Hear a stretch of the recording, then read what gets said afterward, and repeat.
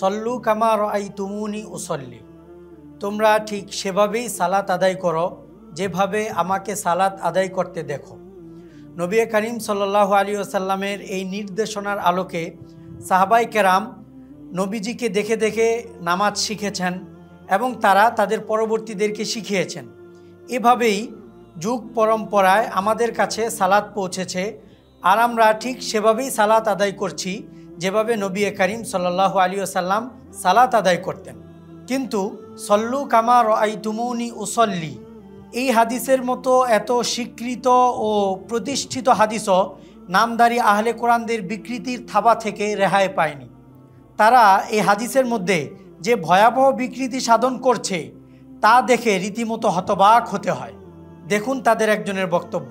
নবীজি সাল্লাল্লাহু আলাইহি সাল্লাম বলেছিলেন, সল্লু কামা রাআইতুমুনি উসাল্লি, তোমরা আমাকে যেভাবে সালাত আদায় করতে দেখেছো সেভাবে সালাত আদায় করবে। এখানে রাআইতুমুনি শব্দের অর্থ চাক্ষুষ দেখা। যারা নবীজির সাথে 20 দিন 20 রাত ছিলেন তারা নবীজিকে নামাজ পড়তে নিজ চোখে দেখেছেন।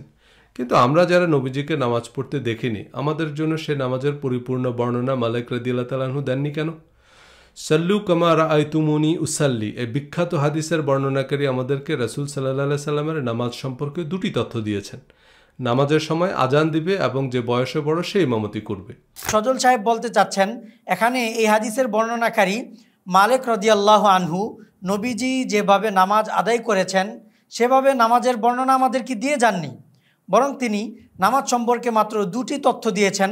সময় মতো আজান দিতে হবে এবং বয়সে যে বড় সে ইমামতি করবে। এছাড়া নবীজির নামাজের আর উল্লেখযোগ্য তেমন কোনো বর্ণনা মালিক রাদিয়াল্লাহু আনহু দেননি। অতএব মালিক রাদিয়াল্লাহু আনহু নামাজকে তেমন গুরুত্বপূর্ণ মনে করেননি, এই বিষয়টি তিনি বুঝাতে চাচ্ছেন। তো এই যে তিনি যে দাবি করলেন যে মালিক রাদিয়াল্লাহু আনহু নবীজির নামাজের বর্ণনা দেননি এবং তিনি তার পরবর্তীদেরকে শিখাননি যে নবীজি কিভাবে নামাজ পড়েছেন, তো এটা সম্পূর্ণ তার অজ্ঞতা। তিনি না জানার কারণেই এমনটি দাবি করেছেন। মালিক রাদিয়াল্লাহু আনহু নবীজির নামাজের বর্ণনা আমাদেরকে দিয়ে গেছেন এবং নবীজি কিভাবে নামাজ আদায় করেছেন তা তিনি অন্যদেরকে শিখিয়ে গেছেন। এখানে আমি সহিহ বুখারী থেকে এ সংক্রান্ত মাত্র দুটি বর্ণনা পেশ করছি। আবু কিলাবা রহমতুল্লাহ আলাইহি থেকে বর্ণিত, তিনি বলেন, মালিক ইবনে হুয়াইরিস রাদিয়াল্লাহু আনহু এসে আমাদের এই মসজিদে আমাদের নিয়ে সালাত আদায় করেন। তিনি বললেন, আমি তোমাদের নিয়ে সালাত আদায় করব। এখন আমার সালাত আদায়ের কোনো ইচ্ছা নেই, তবে রাসূল সাল্লাল্লাহু আলাইহি ওয়াসাল্লামকে যেভাবে সালাত আদায় করতে দেখেছি তা তোমাদের দেখাতে চাই। এরপর তিনি নবীজি যেভাবে সালাত আদায় করেছেন সেভাবে সালাত আদায় করে দেখিয়েছেন। সহিহ বুখারী হাদিস নং 824। সহিহ বুখারীর 802 নম্বর হাদিসের মধ্যে বর্ণিত হয়েছে, আবু কিলাবা রহমতুল্লাহ আলাইহি থেকে বর্ণিত, তিনি বলেন, নবী সাল্লাল্লাহু আলাইহি ওয়াসাল্লামের সালাত কেমন ছিল তা মালিক ইবনে হুয়াইরিস রাদিয়াল্লাহু আনহু আমাদের দেখালেন। তখন সালাতের কোনো ওয়াক্ত ছিল না। তিনি সালাতে দাঁড়ালেন এবং পূর্ণাঙ্গ রূপে কিয়াম করলেন, তারপর রুকুতে গেলেন এবং ধীরস্থিরভাবে রুকু আদায় করলেন। তারপর তার মাথা ওঠালেন এবং কিছুক্ষণ সোজা হয়ে দাঁড়িয়ে থাকলেন। তারপর তিনি আমাদের নিয়ে আমাদের এই শায়ক আবু বুরাইদ রহমতুল্লাহ আলাইহির সালাত আদায় করলেন।